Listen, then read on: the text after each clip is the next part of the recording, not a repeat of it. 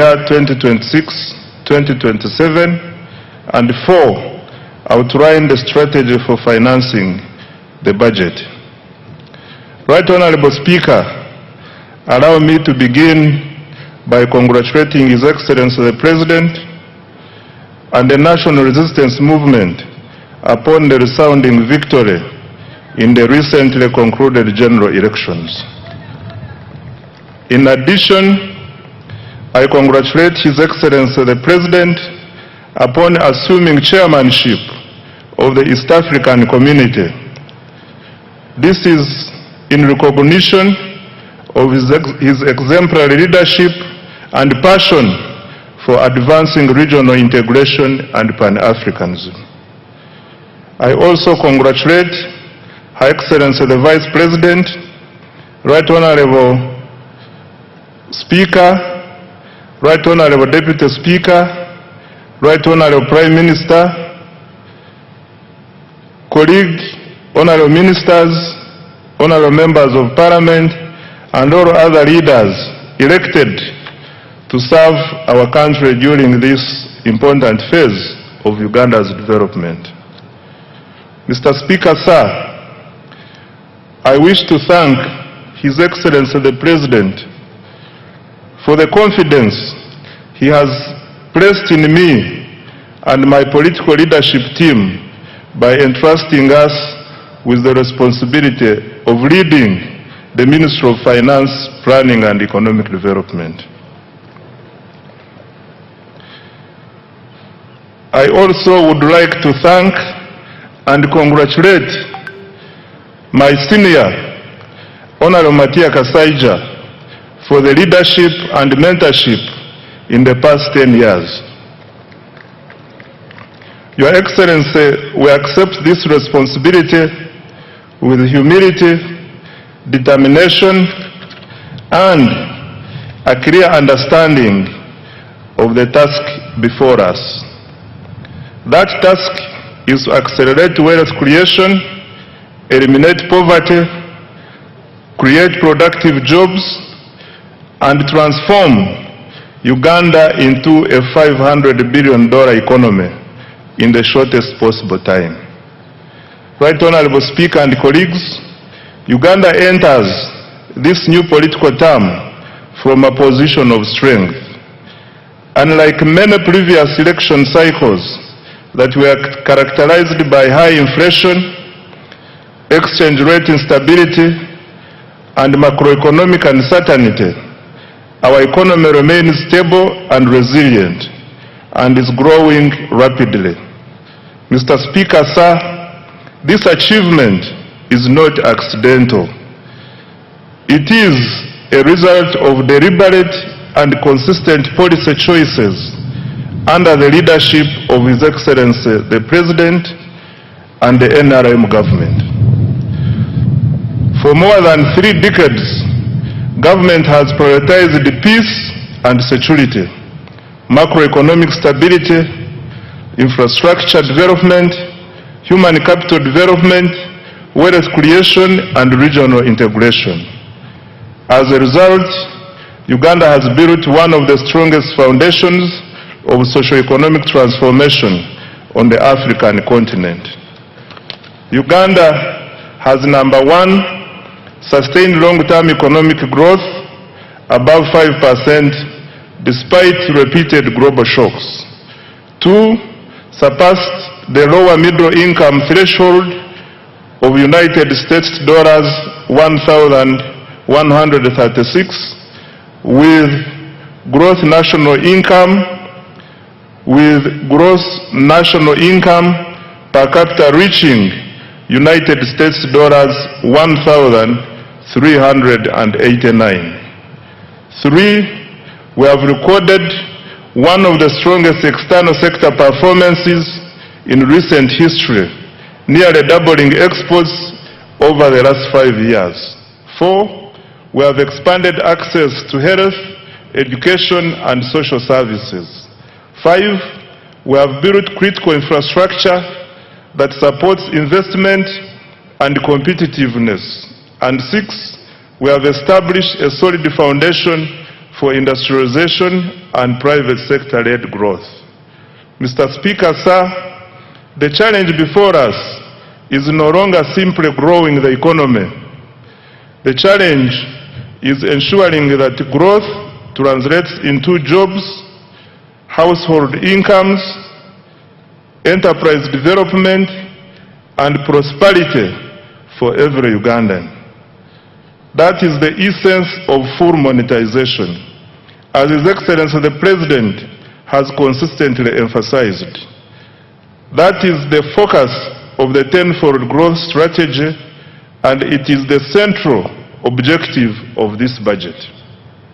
Mr. Speaker, sir, financial year 2026-2027 marks the commencement of the implementation of the NRM manifesto. It is also the second year of implementing the fourth National Development Plan, the first plan specifically designed to deliver the tenfold growth strategy. Mr. Speaker, sir, and honorable colleagues, in the spirit of protecting the gains, we have maintained the financial year 2026-2027 budget theme as full monetization of Uganda's economy through commercial agriculture, industrialization, expanding and broadening services, digital transformation, and market access. This theme is aligned with the East African Community Budget theme of deepening regional integration and economic resilience through improved regional security, domestic revenue mobilization, and digital transformation for inclusive growth. I now come to the recent economic performance and outlook. Mr. Speaker, sir, despite geopolitical tensions, global trade disruptions, and continued uncertainty in the world economy, Uganda's economic outlook remains strong and positive. The economy is stable, growth is accelerating, inflation is low, the exchange rate is stable, exports are rising, investment is increasing, and confidence in Uganda's future remains strong. Mr. Speaker, sir, Uganda's economy continues to demonstrate remarkable resilience and dynamism. Economic growth for financial year 2025-2026 is estimated at 6.4%, up from 6.3% in financial year 2024-2025. The size of the economy is projected to increase to approximately United States dollars 69.3 billion, equivalent to Uganda shillings 250.4 trillion by the end of June 2026. In purchasing power parity terms, Uganda's GDP is estimated to be United States dollars 197.1 billion. GDP per capita is projected to increase to United States dollars 1,420, equivalent to approximately Uganda shillings 5.1 million per person. Mr. Speaker, sir, with the commercial oil production commencing later this calendar year, growth is projected to accelerate to 10.2% in financial year 2026-2027. This will mark Uganda's first return to double-digit growth since the reforms of the 1990s. Most importantly, a larger economy will accelerate more jobs, raise household incomes, expand opportunities for businesses, and generate the resources required to invest in quality education, health care, infrastructure, security, and other public services that improve the lives of Ugandans. This performance confirms that our strategy of investing in security, infrastructure, wealth creation, and the productive sectors is delivering results. I thank His Excellency the President for his steadfast leadership, strategic guidance, and insistence on phased prioritization. Mr. Speaker, I wish to repeat this one. This performance confirms our strategy of investing in security, infrastructure, wealth creation, and the productive sectors is delivering results. I thank His Excellency the President for his steadfast leadership, strategic guidance, and insistence on phased prioritization. Colleagues, I invite you to give His Excellency the President a round of applause. I now come to inflation. Mr. Speaker, sir, inflation remains low and stable. Average inflation during financial year 2025-2026 is estimated at 3.8%, compared to 3.5% recorded the previous financial year. This stability has been supported by effective coordination between fiscal and monetary policy, stable food prices, and improved management of fuel supply. Low inflation protects household incomes, supports business planning, and strengthens investor confidence. Government remains committed to maintaining price stability as a cornerstone to sustained economic growth. Right Honorable Speaker, the strength of an economy is reflected not only in how much it produces, but also in the confidence it inspires among investors, visitors, citizens, and at home and abroad. I am pleased to report that confidence in Uganda's economy continues to grow. Foreign direct investment remains strong at United States $3.2 billion in the 12 months ending March 2026. This reflects growing investor confidence in Uganda's economy. Of even greater significance, investors are increasingly expressing interest in Uganda's small and medium enterprises. Kampala-based startups attracted about United States $30 million in 2025, up from just United States $4 million a year before. This surge signals growing confidence in Uganda's innovation ecosystem and affirms our emergence as a destination for entrepreneurship, technology, and investment.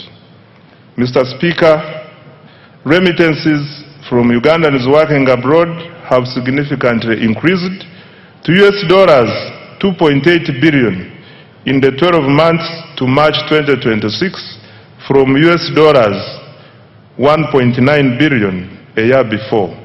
Remittances provide an important source of foreign exchange, investment, capital, and household income. Mr. Speaker, sir, tourism has fully recovered from the effects of the COVID-19 pandemic. Tourism receipts increased to United States $1.86 billion in 2025, compared to United States $1.4 billion in 2018-2019, before the COVID pandemic. This remarkable recovery from the lowest receipts of $562 million recorded in 2020 demonstrates growing international confidence in Uganda as a destination for business, investment, and leisure. Government remains committed to safeguarding and expanding this vital source of foreign exchange and jobs.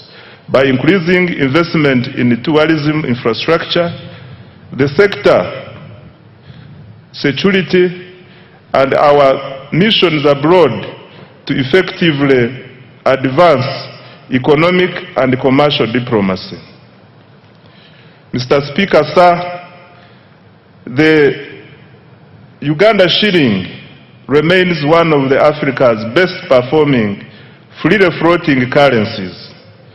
This stability reflects prudent macroeconomic management, a liberalized foreign exchange regime, and a strong foreign exchange inflows from exports, tourism, foreign direct investments, portfolio inflows, and remittances.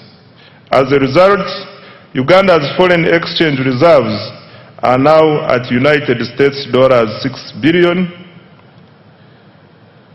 In the 12 months to March 2026, up from United States $3.6 billion a year before. Government's decision to directly import petroleum products through the Uganda National Oil Company, UNOC, has further strengthened supply stability and reduced speculative pressures in the foreign exchange market. We expect the last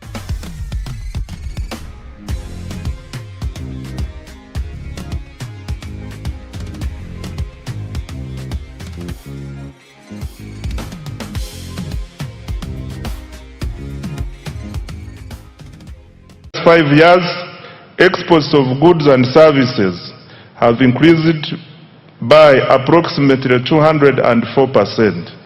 Total exports earnings reached $18.04 billion in the 12 months to March 2026 from $5.93 billion in the 12 months to March 2022. The leading exports include gold, coffee, cocoa, fish products, steel products, sugar, and a growing range of manufactured goods. Our coffee exports reached $2.46 billion for the year ending March 2026, up from $1.84 billion a year before. Uganda's exports mainly go to the Middle East, which accounts for $6.3 billion. Africa accounts for $4.1 billion. Asia accounts for $2.0 billion. And the European Union accounts for $2.5 billion. And the rest of the world accounts for $3.1 billion. This success reflects deliberate government policy focused on industrialization, value addition, export promotion, and market access. The exports are not merely a trade statistic. They are the engine of Uganda's transformation. They generate foreign exchange, they create jobs, they support enterprise growth, and they strengthen economic resilience. As a result of strong export performance, remittances, and investment inflows, Uganda recorded a balance of payment surplus of United States $2.47 billion, 12 months to March 2026, the highest in 15 years. On employment creation, Right Honorable Speaker, the ultimate test of economic policy is whether it improves the livelihoods of our people through productive employment. Uganda's economy is gradually undergoing structural transformation. The services sector now accounts for 50.5% of total employment, up from 47% previously, while the share of employment to agriculture has declined from 40% to 37.1%. On the other hand, industry accounts for approximately 12.4% of total employment.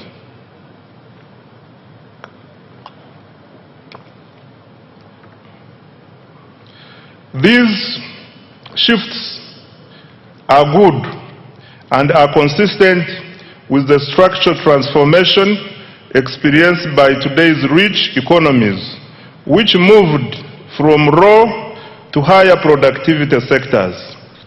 Mr. Speaker, sir, the capacity of our economy to generate formal employment continues to improve. Employment in private formal establishments has increased by 245%, from approximately 672,300 workers in financial year 2016-2017 to over 2,319,683 workers in financial year 2024-2025. This is in addition to the 503,738 public sector jobs and 10,513,14 informal jobs reported in April 2026. This growth in jobs confirms that Uganda's economy is not only growing but also creating productive jobs for Ugandans. This is on account of deliberate government interventions to create jobs through industrialization and wealth creation. However, creating more productive jobs for our rapidly growing population remains an urgent economic priority. This is why government is investing in ATMs and enablers to create jobs at a scale, especially for young people. Going forward, every major intervention in the national budget will ultimately be judged by its contribution to jobs, incomes, and improved livelihoods. On fiscal performance, Mr. Speaker, sir, government's capacity to finance its development agenda using domestic resources continues to strengthen. This financial year, domestic revenue collections are projected at Uganda shillings 35.7 trillion compared to Uganda shillings 32.3 trillion collected the previous financial year. Mr. Speaker, this financial year 2025-2026, domestic revenue from taxes, non-tax revenues and local government revenues funded up to 80.9% of the total discretionary budget of Uganda shillings 44.1 trillion. The discretionary budget includes all funds allocated to implementing programs excluding debt and other government obligations. This represents significant progress towards fiscal self-reliance and reduced dependence on external financing. Mr. Speaker, sir, increasing domestic revenue is not merely a fiscal objective. It is a sovereignty objective. A country that finances its development from its own resources enjoys greater policy independence, resilience, and sustainability. Therefore, government will continue to strengthen domestic revenue in line with the domestic revenue mobilization strategy, while preserving incentives for investment, production, and enterprise growth. In financial year 2026-2027, domestic revenue is projected to increase to Uganda shillings 45.6 trillion from Uganda shillings 35.7 trillion in financial year 2025-2026, equivalent to 15.9% of GDP. The additional resources will support investments in the wealth creation, ATMs, and the enablers. I now come to public debt, Right Honorable Speaker. Mr. Speaker, as of December 2025, Uganda's total public debt stood at United States dollars 34.86 billion, equivalent to approximately Uganda shillings 126.19 trillion. Of this, external debt amounted to $15.84 billion, while domestic debt was United States dollars 19.02 billion. This translates into a debt to GDP ratio of approximately 53.0%. Mr. Speaker, public debt should always be assessed alongside the assets it finances and the economic returns it generates. Over the past 10 years, Uganda's debt has financed strategic investments that are transforming the productive capacity of our economy. These investments include, number one, integrated transport infrastructure, which accounts for 31.1% of the debt. Number two, electricity infrastructure, which accounts for 19.3%. Three, water infrastructure, which accounts for 10.3%. Four, agro-industrialization, which accounts for 9.2%. Five, education and health, which accounts for 7.7%. Six, housing and urban development, which accounts for 6.3%. Seven, industrial parks and industrial development, which accounts for 2%, and other investments such as national backbone infrastructure to extend internet, STI, and regional development, which accounts for 7.0%. Mr. Speaker, Uganda's public debt remains sustainable and is projected to stay so over the medium and the long term. Accountability for financial year 2025-2026 and priorities for financial year 2026-2027. Mr. Speaker, when the budget for financial year 2025-2026 was presented last year, government made several commitments aimed at accelerating monetization of the economy and implementing the tenfold growth strategy. The budget focused on three broad areas, namely, number one, wealth creation programs, two, strategic investments in the ATMs, and three, investment in the key enablers of growth.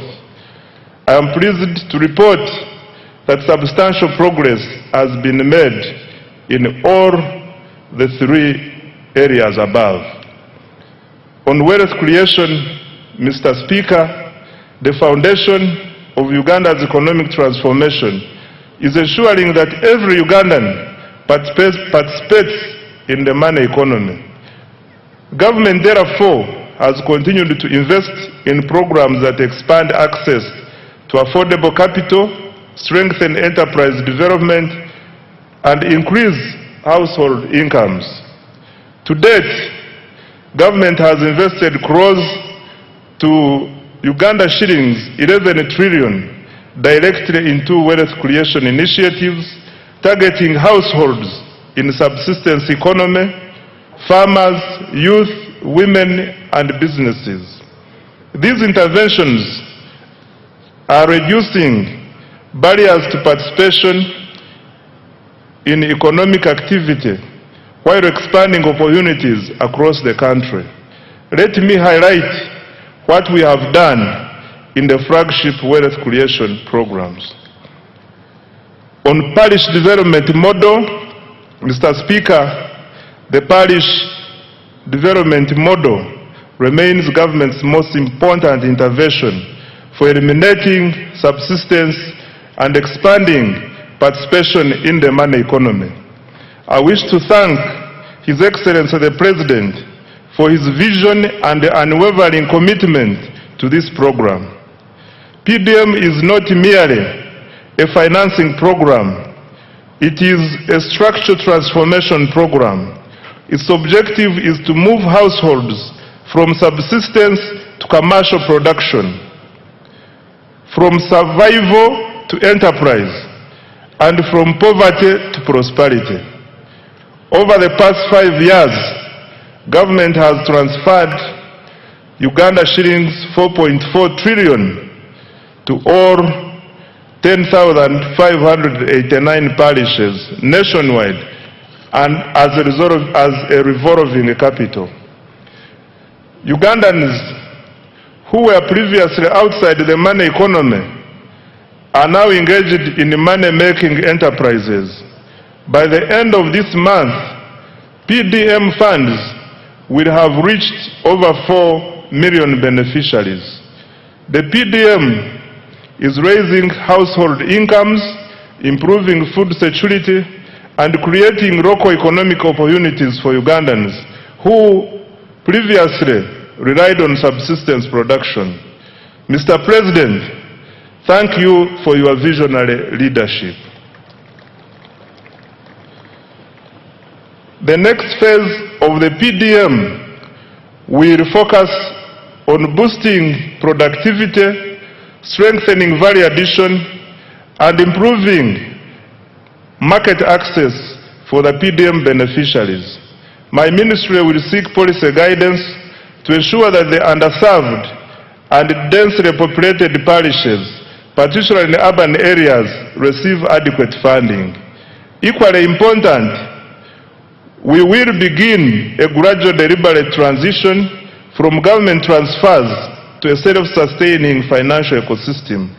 Ultimately, a PDM bank underpinned by strong repayment performance, governance, and value chain development. I now come to other wealth creation programs. Mr. Speaker, in addition to the PDM, government has continued supporting enterprise development through other wealth funds, namely, one, Emyoga. Government has capitalized the program with Uganda shillings 760 billion in revolving funds. To date, 7,148 Emyoga circles have been established with over 2.48 million members and cumulative savings of Uganda shillings 95.3 billion. An additional Uganda shillings 100 billion has been allocated in financial year 2026-2027. Number two, Katale Loan Facility. The government, through the Microfinance Support Center, introduced this wealth fund to expand access to affordable working capital for market vendors and urban informal operators. It is currently piloted in 6 major markets within the Kampala metropolitan area and will be rolled out nationwide in financial year 2026-2027. The piloted markets are St. Balikudembe, commonly known as Owino, Nakawa, Karerwe, Busega, Nakasero, and Gaba markets. The facility is providing working capital loans at an interest rate of 8% per annum. 3, the Small Business Fund. This fund, initially called the Small Business Recovery Fund, was established in 2021 to help small businesses affected by COVID-19 to recover. The fund has disbursed over Uganda shillings 82.1 billion to more than 4,031 small and medium enterprises. It provides affordable financing of up to Uganda shillings 500 million at a 10% interest rate to formal enterprises employing at least 2 people. 4 is the Agricultural Credit Facility. Government has invested a total of Uganda shillings 371.7 billion in the facility as a co-financing with participating financial institutions. the facility has cumulatively disbursed Uganda shillings 1.35 trillion to more than 14,000 beneficiaries. In financial year 2026-2027, an additional Uganda shillings 47.68 billion has been allocated to further capitalize the facility. 5. Large-scale commercial farmers financing scheme. In financial year 2025-2026, Uganda shillings 41 billion was provided for interest payments on behalf of the large-scale farmers cultivating over 50 acres of grain and animal feeds. This support has so far enabled 186 farmers to access a total of Uganda shillings 169.1 billion from government-owned commercial banks. The farmers are expected to repay the principal while government pays the interest on their behalf. An additional 41 billion Uganda shillings has been allocated for financial year 2026-2027. 6. Uganda Development Bank. Government has cumulatively capitalized Uganda Development Bank with shillings 1.6 trillion to provide long-term patient capital to strategic sectors vital for industrialization and value addition. The bank has extended over Uganda shillings 2.45 trillion in financing to more than 600 businesses across agriculture, manufacturing, tourism, construction, and services. An additional Uganda shillings 442.2 billion has been allocated in financial year. Let me tell you about my home. This is where Uncle Musa helps people build houses. Auntie Agnes grows food. Mommy says this house is almost 60 years and families have lived here for years. Daddy helps people with their businesses. Me, I'm saving for the day I buy my own.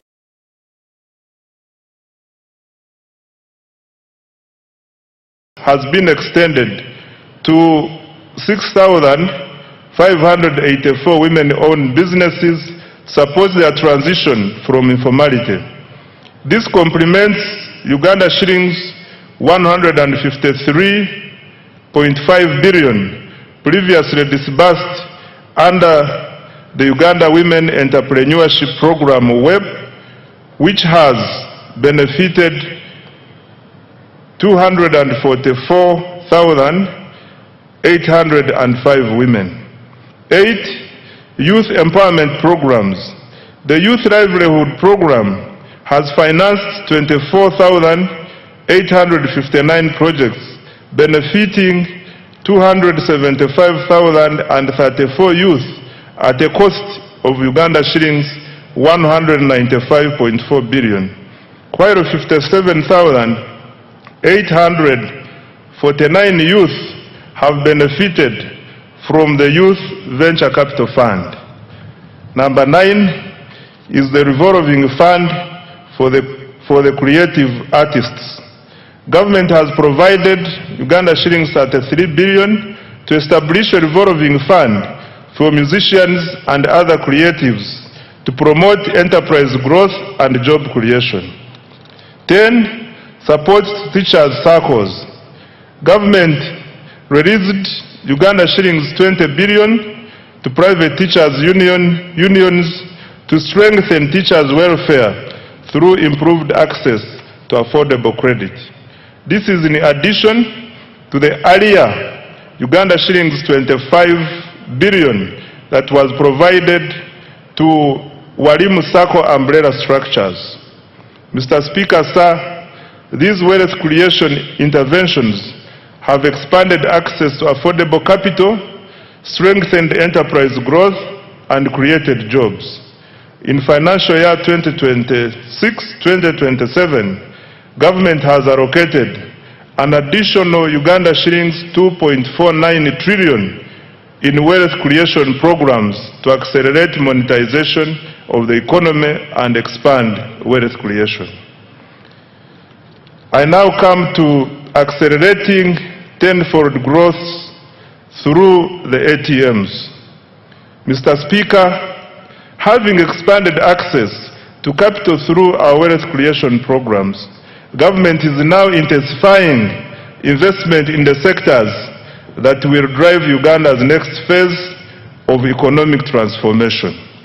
These sectors are collectively known as the ATMs, i.e. number 1, agro-industrialization, number 2, tourism development, 3, mineral-based industrial development, including oil and gas, and 4, science, technology, and innovations, including ICT and the creative arts. These sectors are deliberately selected because they represent Uganda's strongest comparative advantages and possesses the greatest potential to generate exports, jobs, incomes, and investment. Together, they form the engine of the tenfold growth strategy. The objective is simple: to convert Uganda's natural resources, human capital, and innovation into wealth, jobs, and prosperity. And I would like now to detail each. Under agro-industrialization, Mr. Speaker, agriculture remains the backbone of Uganda's economy. It employs millions of Ugandans, supplies raw materials to industry, produces exports, and sustains livelihoods across the country. However, Uganda's future prosperity will not come from producing more raw commodities alone. It will come from increasing productivity, expanding value addition, strengthening agro-processing, and improving market access. Government, therefore, continues to invest strategically across the entire agricultural value chain. Mr. Speaker, agricultural transformation begins with science. This year, government made significant advances in agriculture research and genetics. The Antique Vaccine Facility at the National Livestock Resources Research Institute in Nache Sasa was completed and is now operational, producing about 36 million doses, serving 18 million livestock in the first year. The government also produced foot and mouth disease vaccines and continued to advance research on disease-resistant crops and livestock breeds. These investments will reduce production losses, raise productivity, and increase farmer incomes. On water for production and irrigation, Mr. Speaker, climate change continues to expose farmers to significant weather-related risks. Government is therefore accelerating investment in irrigation and water for production infrastructure to reduce dependency on rainfall. Progress was registered on several major irrigation projects, including Kabuyanda Dam in Isinjiro District, Atali in Buramburi District, Wadelai in Pakwach District, Achomai in Bukedea District, Namaisu in Bududa District, Chembo Mbai in the Buko District, SIP irrigation scheme in the Buramburi District. Solar powered irrigation schemes are also being rolled out across the country. These investments will support all year-round production, increase resilience, and improve agricultural productivity. On mechanization and animal health, Mr. Speaker, government continued developing regional agricultural mechanization centers and animal disease control centers to improve efficiency and productivity in the agricultural sector. Progress was registered in Chiruhura, Mbale, Chijandongo, Bunyangabo, Nakaseke, Katine, and several other districts. These facilities are improving access to modern agricultural equipment, veterinary services, and disease surveillance systems. On expanding commercial coffee production, Mr. Speaker, sir, coffee remains one of the Uganda's most important export commodities. Government has therefore expanded coffee cultivation into northern and eastern Uganda. During the year, 2 coffee mother gardens were established and over 1.4 million coffee seedlings distributed to 7,532 farmers in northern Uganda. This intervention will broaden participation in one of the Uganda's most profitable agricultural value chains. Financial year 2026-2027 priorities for agro-industrialization. Mr. Speaker, a total of Uganda shillings 2.26 trillion has been allocated to the agro-industrialization program in financial year 2026-2027. This is the highest allocation ever to this program. Priority interventions include: 1. Agricultural research and innovation, including funding for anti-tick vaccine commercialization; 2. Irrigation and water for production; 3. Extension services, more extension workers and their facilitation to reach farmers; 4. Provision of good quality agricultural input; 5. Post-harvest handling and storage; 6. Agro-processing and value addition; 7. Quality assurance and certification; and 8. Expanding market access. The objective is to move Uganda from exporting low commodities to value addition agricultural products. On tourism development, Mr. Speaker, sir, tourism is one of Uganda's most powerful export industries. It generates foreign exchange, it creates jobs, it supports thousands of enterprises, and showcases Uganda to the world. The following achievements have been registered this financial year. Uganda's global tourism visibility is at an all-time high, driven by the aggressive destination marketing under the Explore Uganda, the Pearl of Africa brand, the country's growing international profile, and industry endorsements are evident in its recent global presence and awards. In the North America market, Uganda won the Best in Show Africa at the 2026 New York Travel and Adventure Show, bolstered by endorsements from the renowned travel journalists. In the Asian market, the country won the Best Exquisite Destination Award at the Outbound Travel Mart in Mumbai and gained strong visibility at the South Asia's leading travel and tourism exhibition in New Delhi. Mr. Speaker, government has intensified the international marketing of destination Uganda through participation in major tourism exhibitions and targeted promotion campaigns in Europe, the United Kingdom, North America, Asia, East Africa, and North Africa.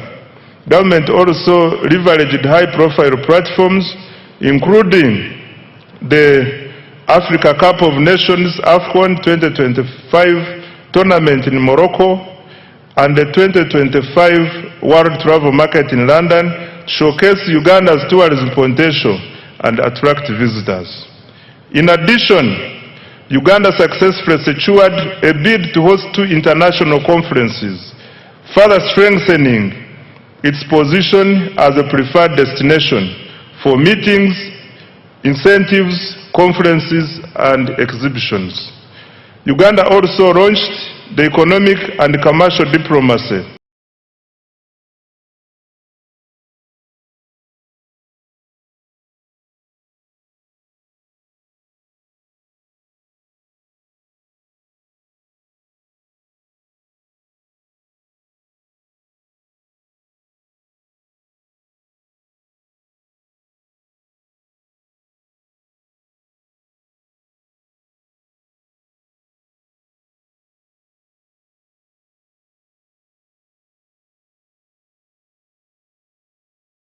Uganda as a preferred tourism, conference, and investment destination, expand market access for Ugandan products, attract strategic investors, and mobilize the diaspora to support national development.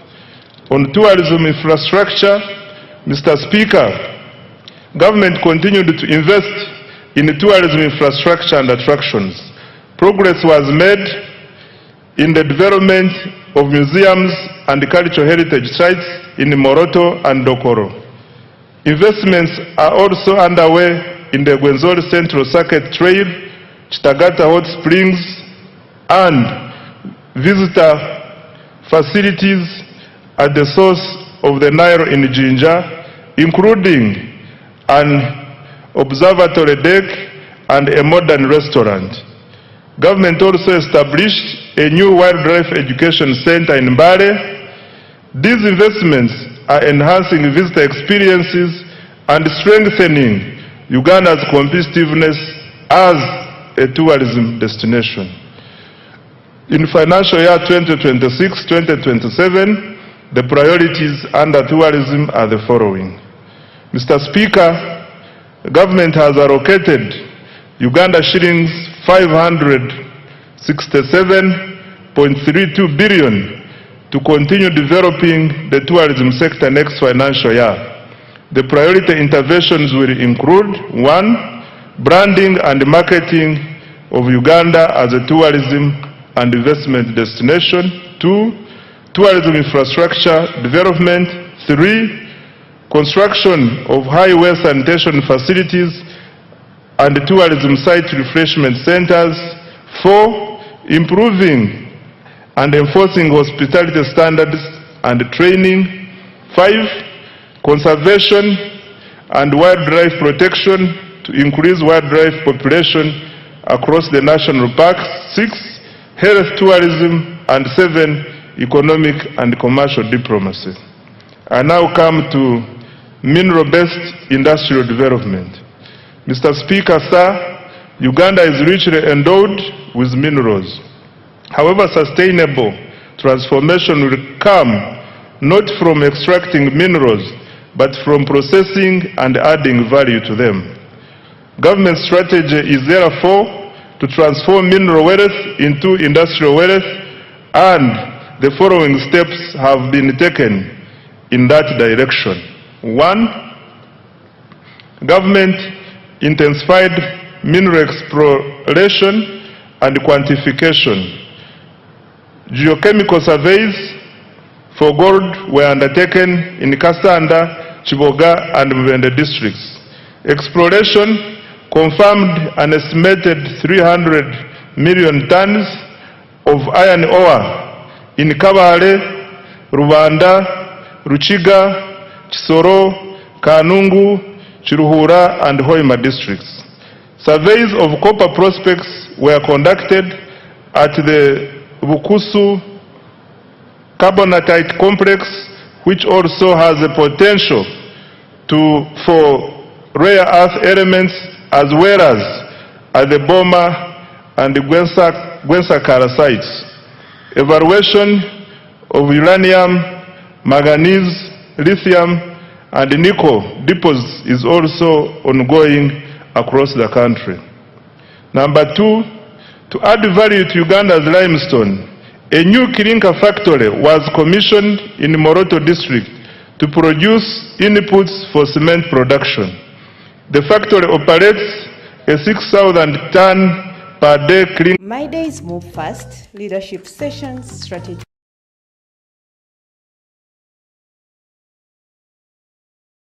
Million tons of cement. The project is expected to save the country up to $260 million annually in clinker imports and create up to 4,000 jobs. Number 3, government continued to make substantial progress towards fast oil. Construction of the East African crude oil pipeline and the central processing facilities is at advanced stage and nearing completion. The Tilenga and Kingfisher upstream development projects also registered significant progress despite logistical challenges arising from the ongoing conflict in the Middle East. During the year, 51 additional wells were drilled, bringing the cumulative number to 199 wells, exceeding the 189 wells required for fast oil production later this year. 4, government completed the first phase of Kabalega International Airport, providing critical logistics, infrastructure to support oil and gas development, tourism, trade and investment in the Albertine region. Number 5, through the Uganda National Oil Company, government continued the bulk procurement of petroleum products.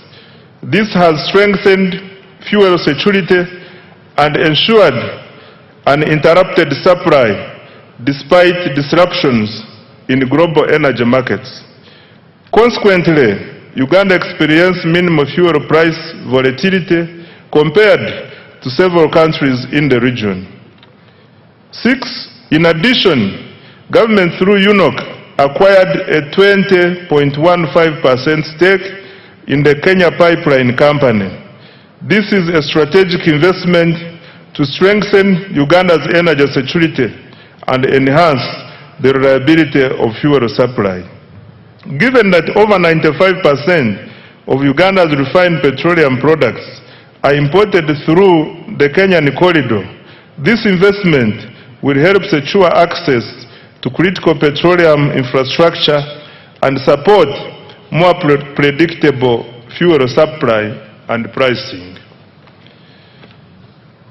Financial year 2026-2027 priorities for minerals and oil and gas. Mr. Speaker, sir, Uganda shillings 473.51 billion has been allocated for mineral-based industrial development, mining, and oil and gas.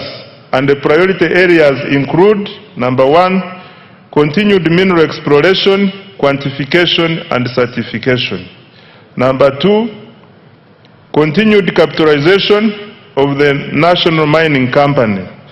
3, establishment of the mineral market and buying centers. 4, operationalization of ECOP. And 5, development of the oil refinery.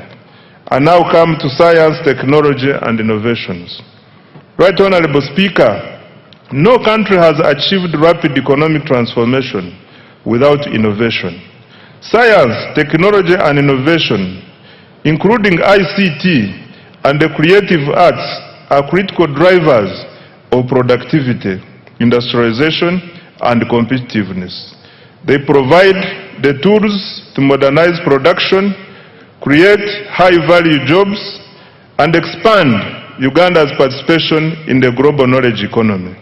For Uganda to achieve a tenfold expansion of the economy, STI is going to be at the center of our development strategy.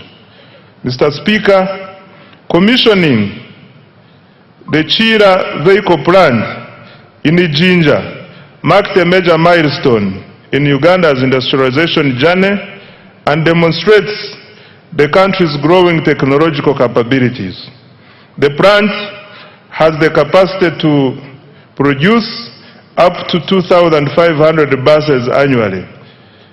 Despite being in its early stages of operation, Chira Motors has already made bus sales worth Uganda shillings 21.6 billion and received orders for 450 buses from Uganda and the region. The quality and reliability of its products were further demonstrated through the successful Par to Cape electric expedition, during which the Kayora electric bus traversed more than 13,000 kilometers across Africa. Mr. Speaker, to date, more than 25,000 electric vehicles, including buses, motorcycles, and bicycles, have been produced locally with up to 40% local content. In a further boost to the sector, Solar Power completed the construction of East Africa's first production-scale lithium-ion battery assembly plant in Uganda. This has strengthened domestic manufacturing capacity and positioned the country as a regional hub for electric mobility and clean energy technologies. On pharmaceuticals and biotechnology, Mr. Speaker, government continued to strengthen pharmaceutical manufacturing and biotechnology as part of the efforts to build a competitive pathogenic economy. Uganda is deliberately supporting the domestic production of medicines, vaccines, diagnostics, and other health products, while promoting research, innovation, import substitution, export growth, and resilience in the health sector. Significant progress was registered through strategic investments in and government procurement from local pharmaceutical and biotechnology companies, including Macrohim Scientifics, Day Pharma, Jena Herbal, and other emerging manufacturers. Macrohim Scientifics has established itself as a leading African manufacturer for rapid diagnostic kits, recording annual sales of approximately United States dollars 75 million from products used in the diagnosis of malaria, HIV/AIDS, and sickle cell diseases. Day Pharma has operationalized manufacturing lines for generic, oral solid, and liquid medicines and secured approvals from the National Drug Authority for a range of essential medicines. Jena Herbal, the manufacturer of Covidex, has established a pharmaceutical manufacturing facility in Soroti, expanding Uganda's capacity to produce health products locally and strengthening the country's pharmaceutical value chain. These investments are improving health security, reducing imports, and creating high-value jobs. On advancing Uganda's space science, Mr. Speaker, government has strengthened Uganda's space science and satellite technology capabilities. Government established modern ground satellite infrastructure at the Uganda National Space Center at Mpoma Mukono district. This has enabled our scientists to successfully deploy a climate camera to the International Space Station. This has expanded the country's capacity to generate real-time data for climate monitoring, environmental management, disaster preparedness, and evidence-based decision-making. On value addition under STI, Mr. Speaker, government has intensified agro-industrialization initiatives driven by scientific innovation aimed at increasing value addition, branding, and export competitiveness. The Banana Value Addition Facility by Professor Mlanga strengthened its production capacity for banana value-added products and fulfilled export orders from South Korea, Saudi Arabia, Qatar, and Italy. In addition, government has invested in the establishment of the Coffee Park in Ntungamo. The Africa Coffee Park has innovated 18 products of value-added coffee ready to go into the market for roast, freeze-dry, and spray-dry high-level technology. On digital transformation, Mr. Speaker, government continued expanding digital infrastructure to improve the availability, reliability, affordability of ICT services, as well as access to the services. During the year, an additional 879 kilometers of fiber optic cable were installed, bringing the national fiber backbone to approximately 62,941 kilometers. As a result, internet costs declined from $70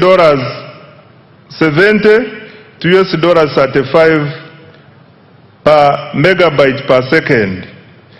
Active mobile internet subscriptions stand at 18.5 million, while the number of smartphones connected to Uganda network has reached 20 million. Total registered mobile telephone subscriptions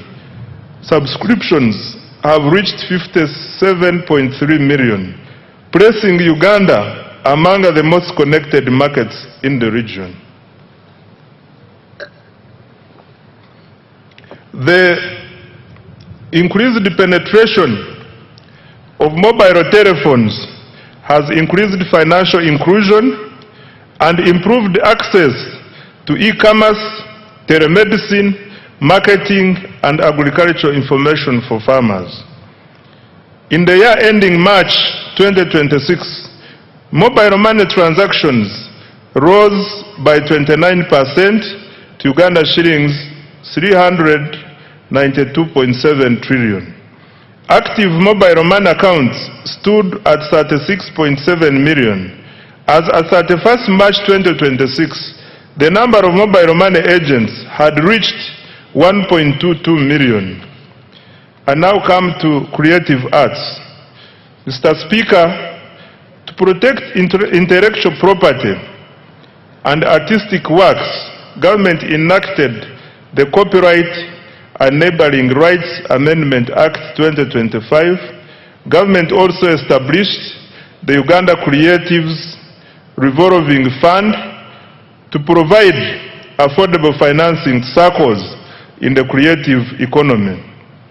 By December 2025, approximately Uganda shillings 18.99 billion had been disbursed to 50 circles of musicians, benefiting 3,047 individuals, of whom 62% are youth and 43% are women.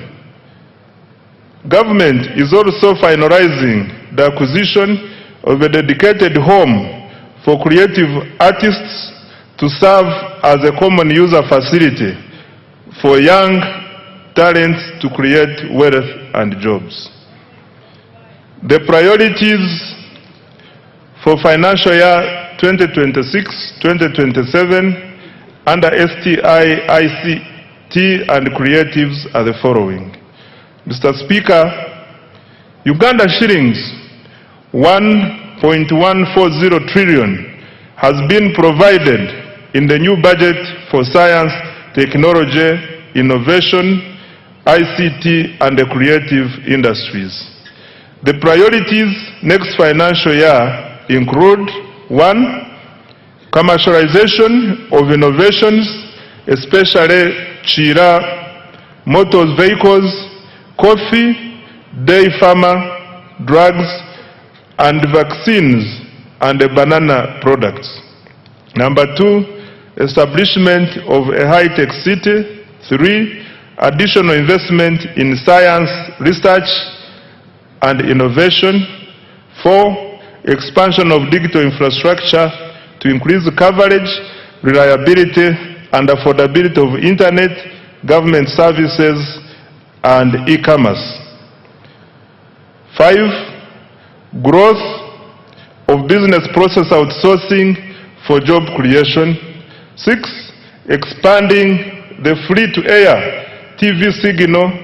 And 7, strengthening intellectual property protection. I now come to enablers.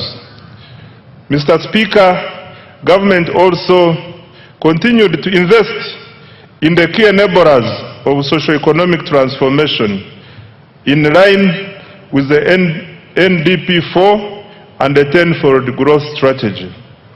These include human capital development, infrastructure, security, and the rule of law, as well as domestic revenue mobilization to finance the transformation agenda. Under enabler number 1, which is peace, security, and rule of law, Mr. Speaker, peace, security, and rule of law are the foundations of development. Without peace, you cannot create prosperity. Without security and the rule of law, there is no investment. Without stability, there is no growth. Mr. Speaker, I wish to repeat this. Without peace, you cannot create prosperity. Without security and rule of law, there is no investment. Without stability, there is no growth. Government has continued to invest in security, justice, and governance institutions. This financial year, the following milestones have been achieved. 1, the government continued strengthening security infrastructure, intelligence services, and operational capacity while improving the welfare of our security personnel in the UPDF, police, prisons, and intelligence services. 2, Uganda remains one of the region's most stable countries. Despite being an election year, reported crimes fell by 10.2% from 200 and and receive it in minutes to 196,405 in 2025, reducing the crime rate from 502 to 427 per 1,000 people. 3, Uganda continued to contribute to regional peace and security through African Union and UN peace support operations in Somalia, alongside military deployments in the Democratic Republic of Congo, South Sudan, and other places. Number 4, the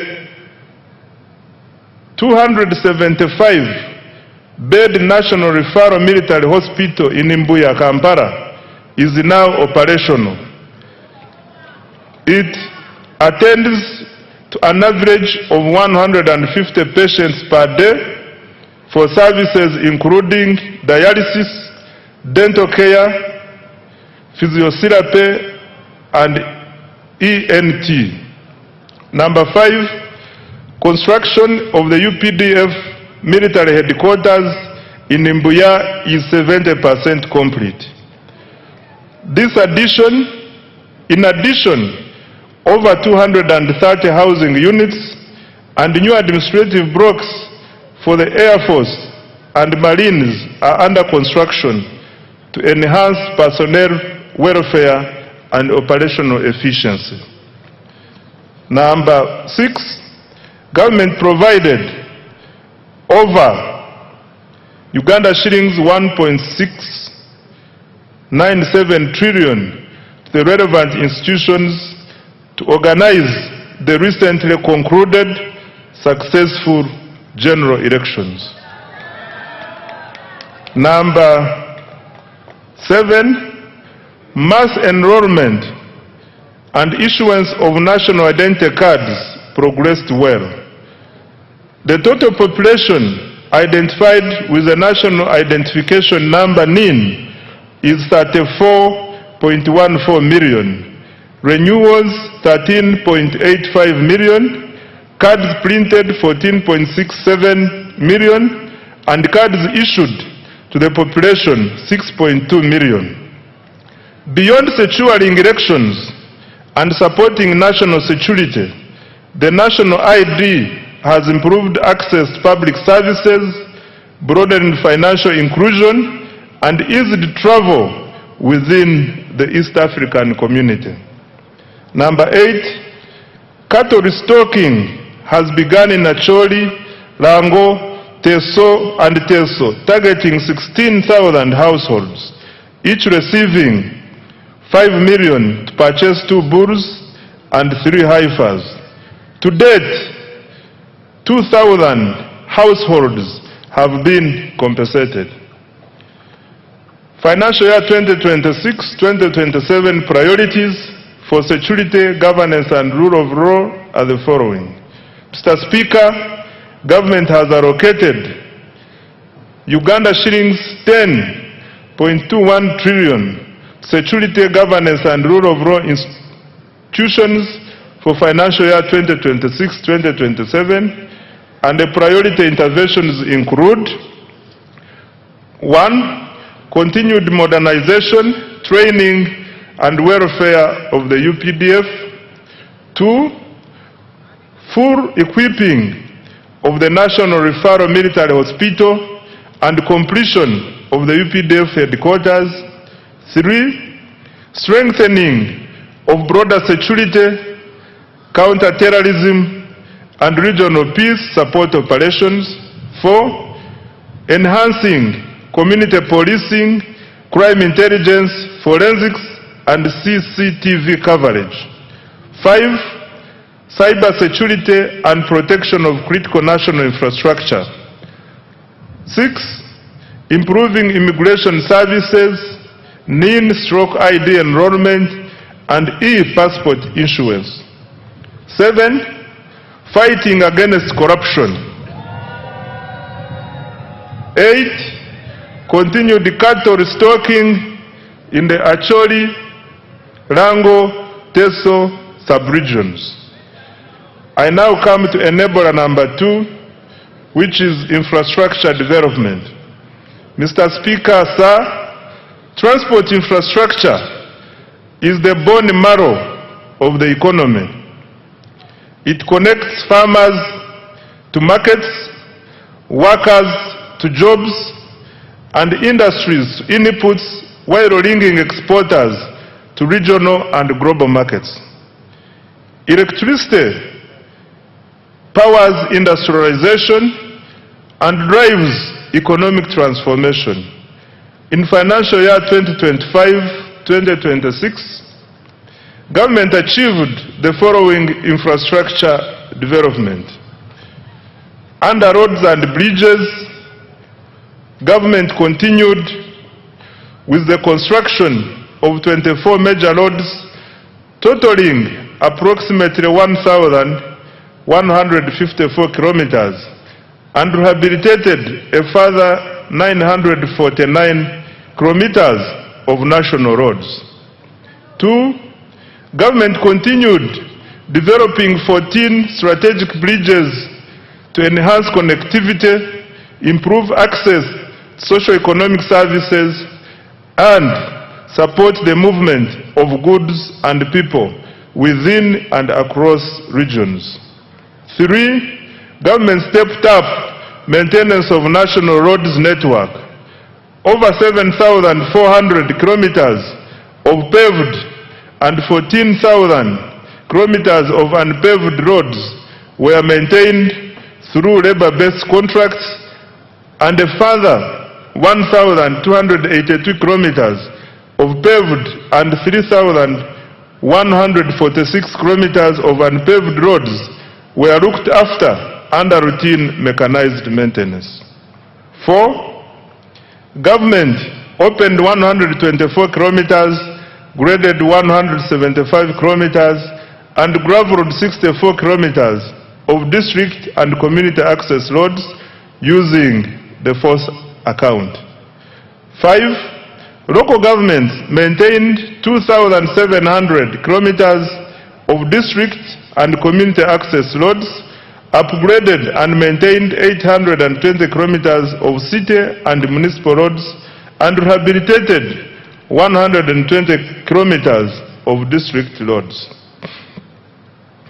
Under development of Greater Kampala Metropolitan Area infrastructure, Mr. Speaker, government has embarked on revamping road infrastructure in Greater Kampala Metropolitan Area. The target is to upgrade over 600 kilometers in the next 5 years and to maintain all major existing roads. To date, 297 kilometers of roads have been paved, several roads have been rehabilitated and maintained, and 8 major road junctions signaled to improve traffic flow and road safety. Mr. Speaker, Kampala made history as the first city in Africa to be inducted into the international network of 3 cities in the world. Government will continue building on this heritage and global recognition. In this regard, government has prioritized implementation of a clean-up exercise involving restoration of wetlands and green spaces, enforcing integrated physical planning, including pedestrian-friendly roads, enforcing trade order, and restrictions on all forms of pollution, especially noise. I now come to water transport. Mr. Speaker, government has constructed, maintained, and operated 15 ferries to connect island communities.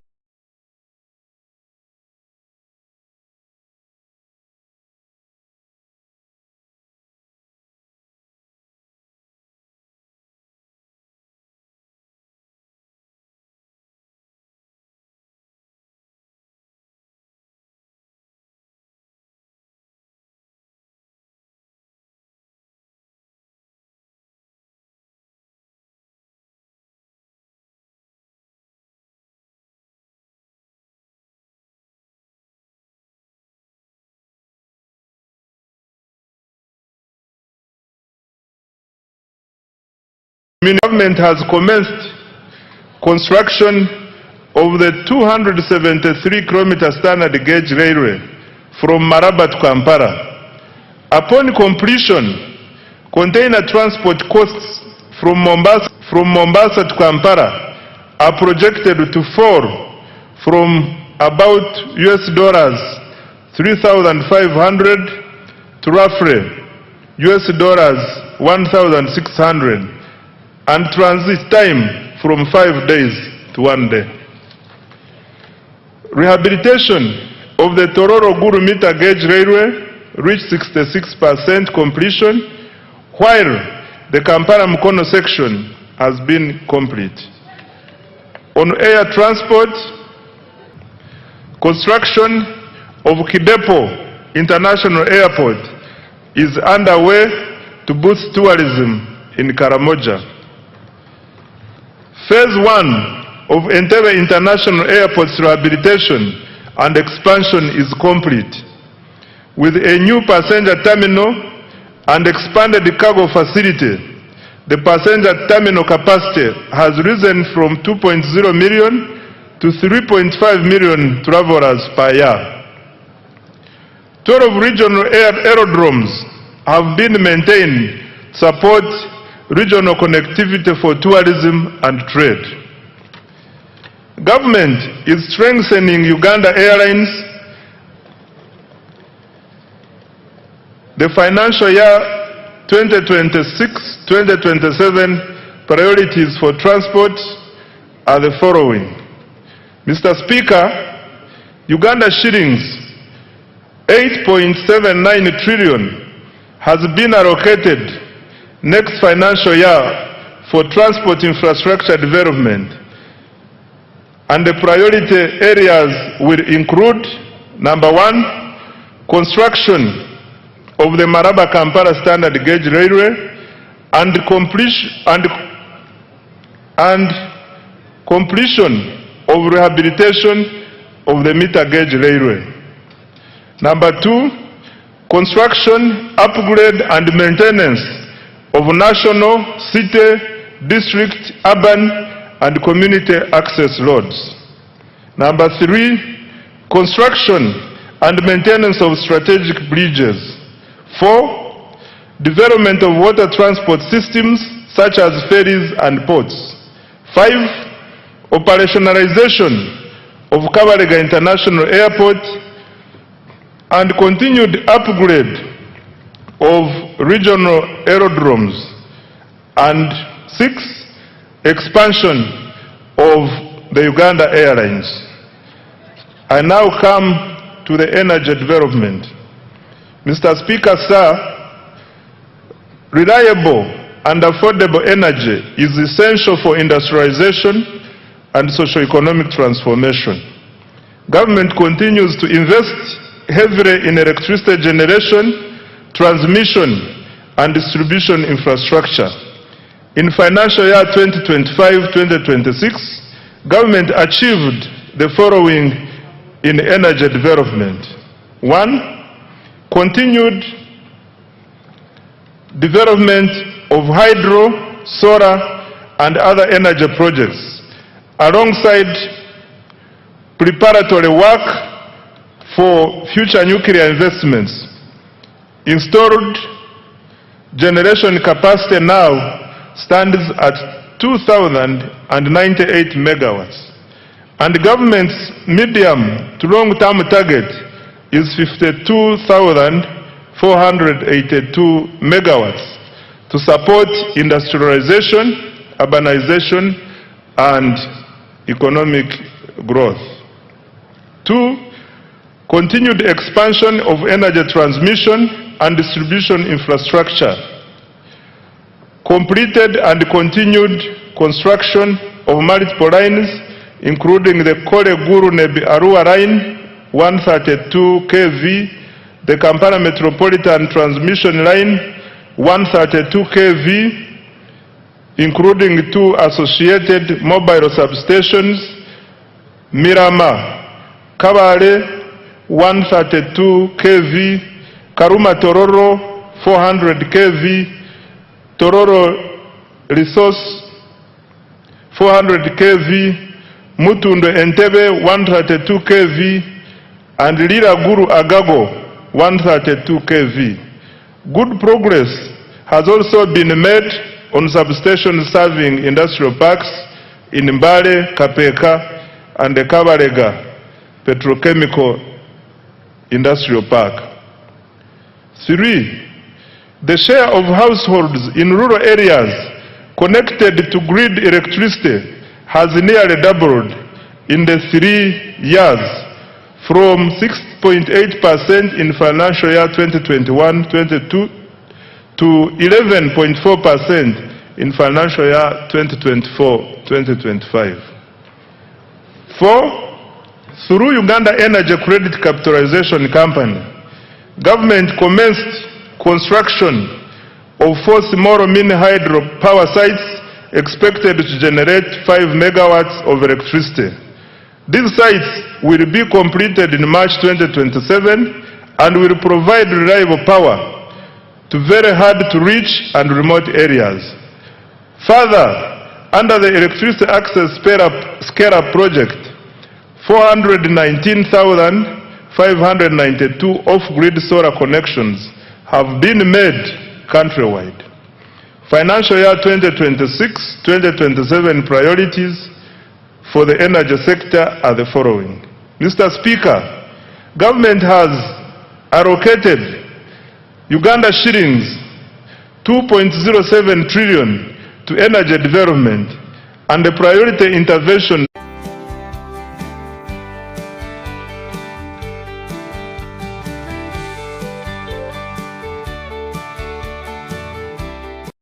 Kiba hydroelectricity plant, a floating solar plant at Isimba, and 500 megawatts of utility-scale solar in the Elgon and Acholi regions. 2. Preparatory work for nuclear energy generation at Buyende.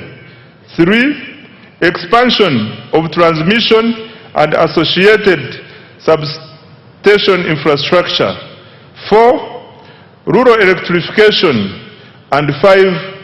Industrial power connections. I now come to investing in the people.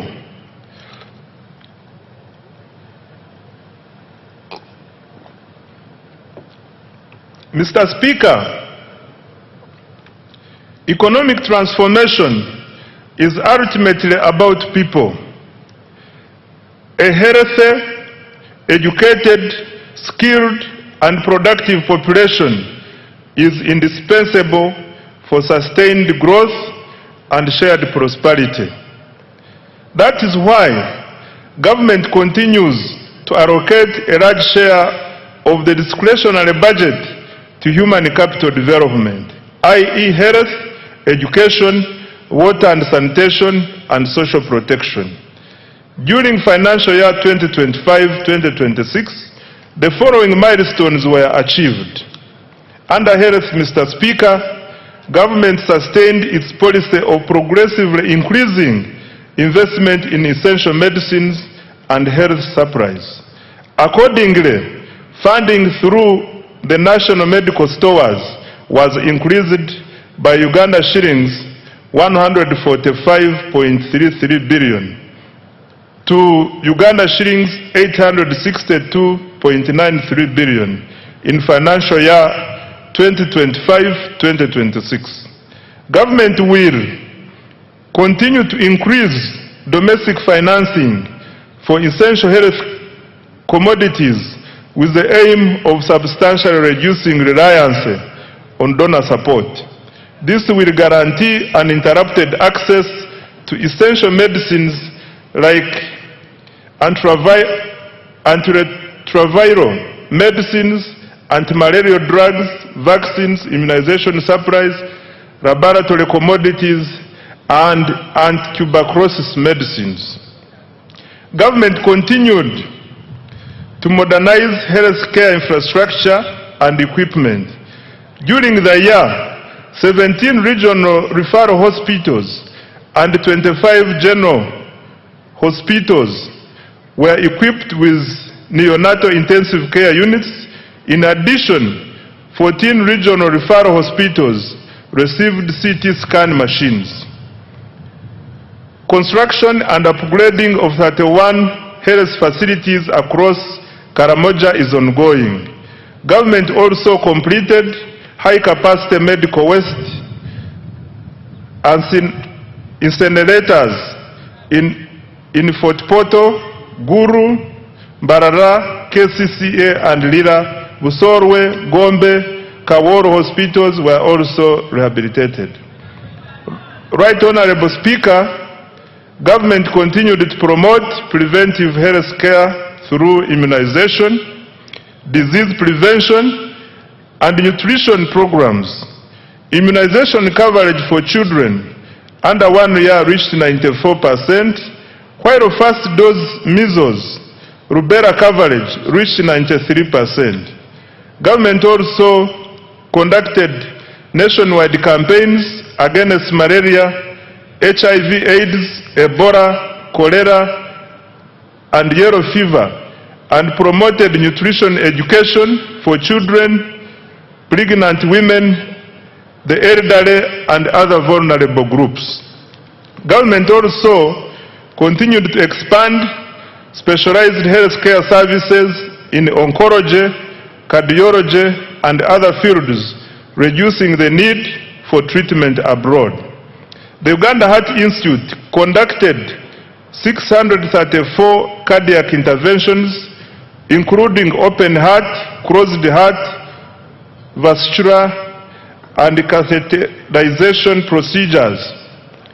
In April 2026, the Uganda Cancer Institute successfully performed the country's first bone marrow transplant. Mr. Speaker, specialized health care services will be further strengthened by ongoing investments. The 250-bed capacity cardiac hospital in Naguru, Kampala is 44% complete and expected to be completed by June 2027. The International Specialized Hospital of Uganda at Lubowa is 75% complete and will be completed in December 2027. Mr. Speaker, I wish to repeat this one. The International Specialized Hospital of Uganda at Lubowa is 75% complete and will be completed in December 2027. The first phase of the Nuclear Medicine Center for the cancer treatment is 95% complete, with radiotherapy and advanced molecular imaging services. Phase 2 of the PET Center is 10% complete. Regional cancer centers in Mbarara, Arua, and Mbale are under construction, while the Guru Center is fully operational. Other achievements in the health sector include: 1. Expansion of the national e-health digital infrastructure to support telemedicine, health information management, medicine tracking, and monitoring of health workers' performance. Number 2, strengthening the national ambulance and emergency care system through the deployment of additional ambulances. Mr. Speaker, the priorities under the health sector for financial year 2026-2027 are the following. Government has allocated Uganda shillings 5.23 trillion for the health sector in financial year 2026-2027. The funding will focus on: number 1, maternal and child health; 2, nutrition improvement; 3, expanded immunization; 4, prevention and treatment of non-communicable diseases; 5, provision of essential medicines; 6, strengthening specialized healthcare services; 7, improving emergency response systems; 8, exploring feasible pathways towards universal health coverage. I now come to water and sanitation. Mr. Speaker, access to clean and safe water remains fundamental to public health, human dignity, and economic productivity. Government has therefore continued investing heavily in water supply and sanitation infrastructure across the country. Access to improved water sources continues to expand, with 71% of households now having access. Coverage stands at 68% in rural areas and 74.5% in urban areas.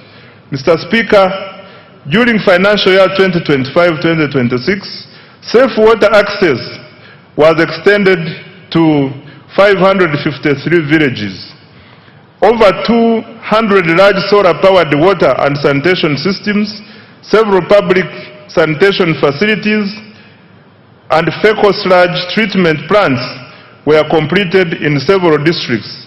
In addition, a number of urban water systems were expanded. Government has allocated Uganda shillings 1.013 trillion in financial year 2026-2027 to further expand access to safe water and sanitation services across the country. The objective is to ensure universal access to safe water and sanitation services. I now come to education, skills, and sports. Mr. Speaker, education remains the most powerful instrument for social mobility and long-term economic transformation. During the financial year 2025-2026, the following milestones have been achieved in the education sector. 1. In order to expand access to education, government continued financing universal primary education UPE and universal secondary education USE. Approximately 9.52 million learners benefited from UPE, while about 995,116 learners benefited from universal secondary education and universal post-O-level education and training. 2. Government completed construction of 90 additional seed secondary schools, expanded 54 existing schools, and operationalized 259 seed schools. 3. In preparation for AFCON 2027, Hoima Stadium has been completed, upgrades to Nambole Stadium are progressing well, and other required tournament facilities remain on schedule. Further construction of Akibwa Stadium is on schedule. Number 4, government has intensified investment in STEM, technical and vocational education, industry-linked skills development, and digital literacy. In financial year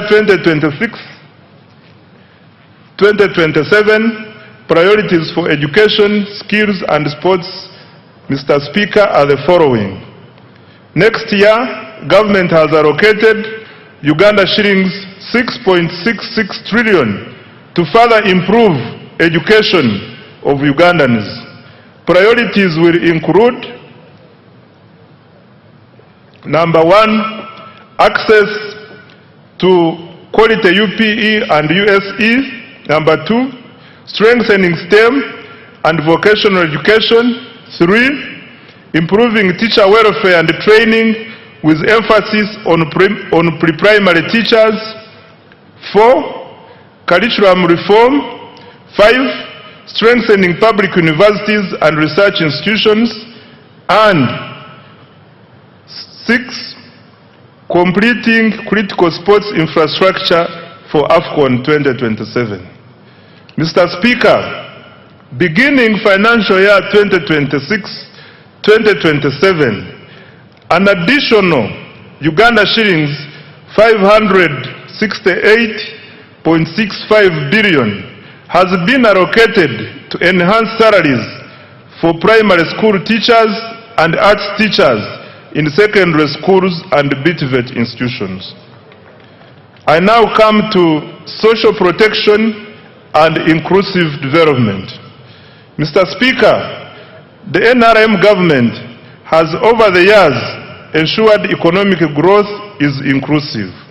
Government continues implementing targeted programs aimed at supporting vulnerable groups and expanding economic participation. The following are some of the achievements.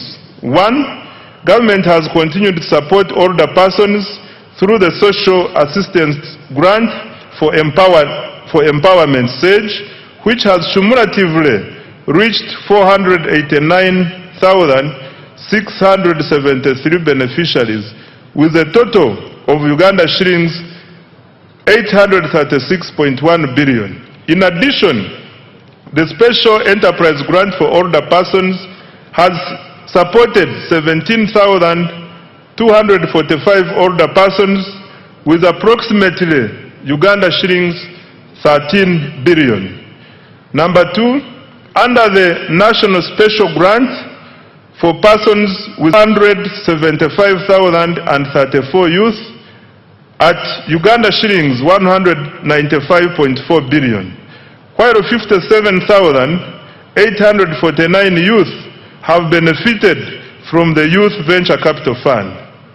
4, the GROW project has extended Uganda shillings 111.1 billion in loans to 4,889 beneficiaries, while the Women Entrepreneurship Program WEP has cumulatively supported 244,805 women with